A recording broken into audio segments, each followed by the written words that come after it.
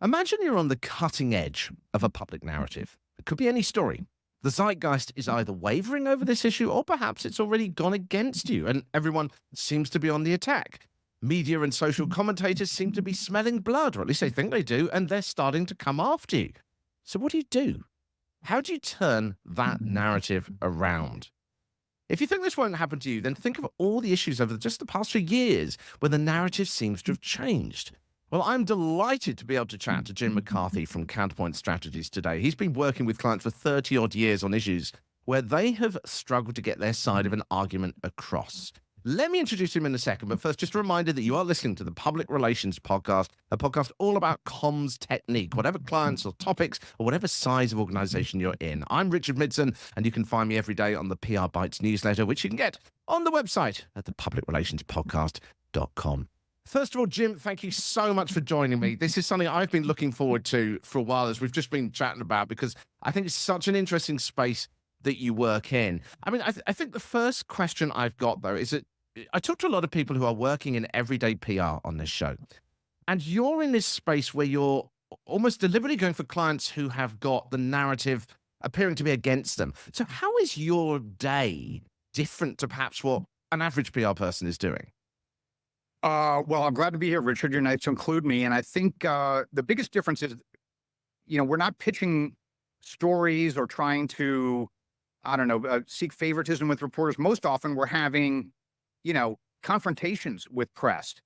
So much of what we do is about analyzing, dissecting the press, and then pushing back on, various aspects that are flawed. And so it's a little bit more of, close in hand-to-hand fighting as opposed to going out for martinis and backslapping. So if I think about my sort of political background, it's really about the response unit, aren't you? You're basically looking, yeah. So what's your kind of average day then? Well, we do, it's all based on recon that we do in the mornings to see what's being said about our clients across a variety of channels, then zeroing in on which kinds of hostility are the most impactful, which could spread and pollinate, and then trying to confront those in a swift, public, principled way so that we can stay ahead of it and contain it. And of course, we can anticipate that ahead of time. That's even better. But it's mostly about, scouting the landscape and then confronting sort of the main attackers and isolating the direction those attacks are coming from. So are you sitting down in the morning? I don't know what sort of monitoring platforms you're using, and you're basically looking at what your clients' narratives are today, and seeing which way they're going. Yeah. Well, that's right. Yeah, and I mean, and there's a lot of research that goes into that too. I mean, if you on any given beat, whether it's pharma or chemicals or retail or energy, there's a whole pack of journalists and outlets in those particular spaces that we try to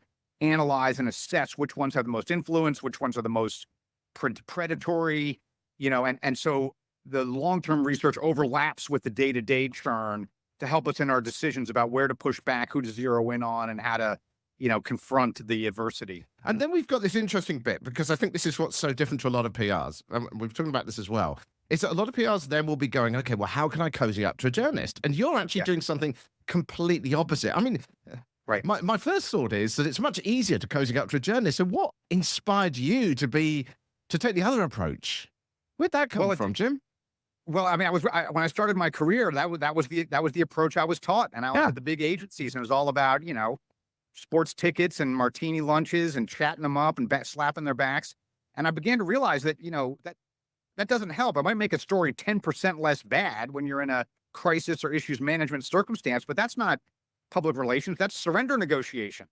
And so instead, I began to try to help clients confront what was being said about them, not in terms of what we'd prefer by, looking at our philanthropy or our CEO's a nicer guy than you might imagine, but instead using the standards that journalism itself holds up and that the public expects from the public discourse, things like objectivity, accuracy, sourcing, data, ulterior motives, funding.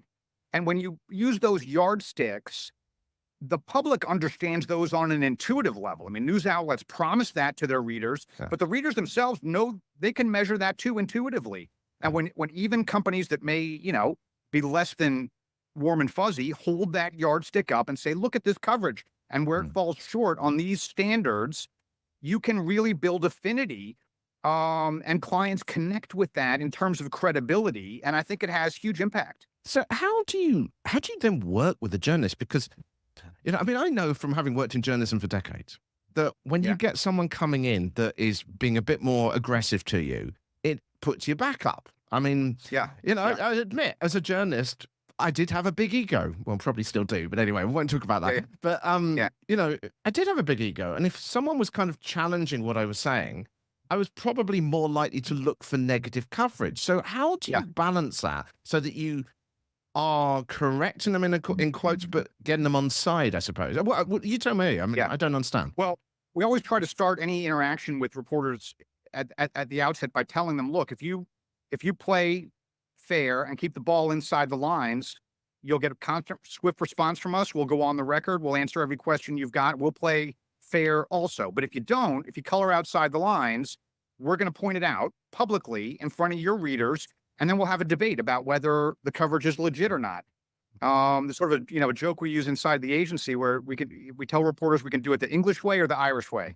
And the English way is we'll play the rules and we'll be strictly proper and we'll use the Marcus of Queensberry. And the Irish way is that we'll lock the door of the pub and then we'll see what happens.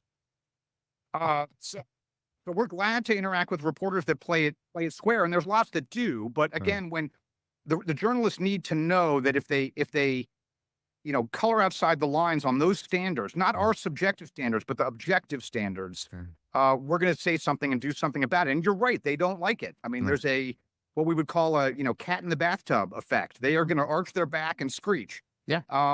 But that doesn't, that's not what's at issue here. That what PR reps ought to be doing is helping their clients connect with the public. And in the eyes of the public, when you make a principled stand with measurable, assessment that they can draw their own opinion from, that's credibility. And so the report journalist zone, I mean, there's plenty of journalists that, have a voodoo doll of me on their desk, but that's relevant. So then the next question I'd have thought is, a journalist then are going to try and pick holes in the argument. So Yes. you've got to get your story more watertight than anyone that's just pushing a fluffy story, haven't you?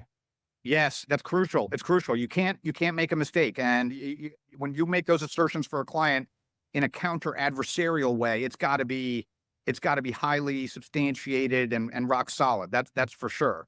But an interesting thing happens. The journalists are so unaccustomed to being challenged, especially by large companies. They expect the conciliation and the sports tickets and the martini and the pleading and cajoling. But when you stand tall and grab them by the lapels in front of their readers, that's a different ballgame. They're not used to that. And what happens is, although they don't like it, in the future, the next time around, they report the stories in a more responsible way. And especially all the other journalists on the beat see that conflict, and they too begin to report in a more balanced and fair-minded way. I mean, one of the things you do sometimes get with press is that you get the herd mentality. And if someone feels under attack and they're saying, oh, this organization, they're terrible, they keep attacking me and stuff like that, they tend to stick together. So how do you get that literal counterpoint out if the press, and frankly, the zeitgeist of society seems to be against what you're putting across?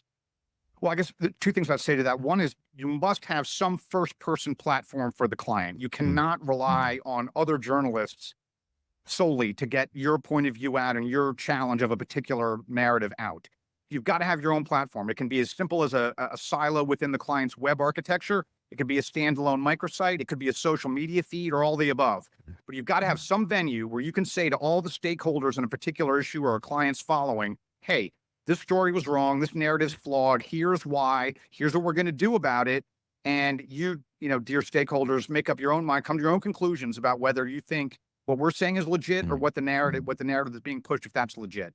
And so that's the real, I guess, tactical approach to it. But the other thing I'd say, which you're touching on, is you're right. The beat writers on any given topic or silo do stick together, and they do have this kind of I don't know. It's the herd mentality, isn't it? It's coming together to protect each other. Yes, I mean, it's kind of natural, yeah.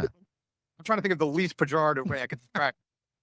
Well, hey, I'm an ex-journalist and I describe it as herd mentality. So Right.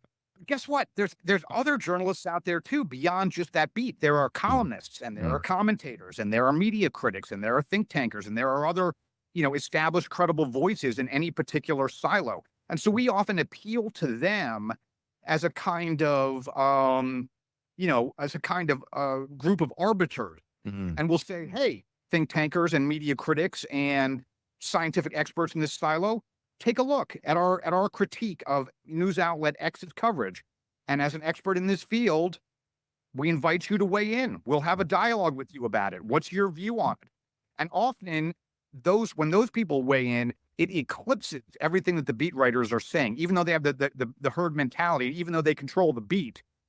What's at issue is their credibility. And when an outside expert or a bold-faced name or a credible person in that space, not us, but a third mm. party, says, "Hey, that coverage was bunk, and Yes. XY corporation was right to take it on. Good for them." The herd mentality and the narrative they've built is like a mushroom cloud.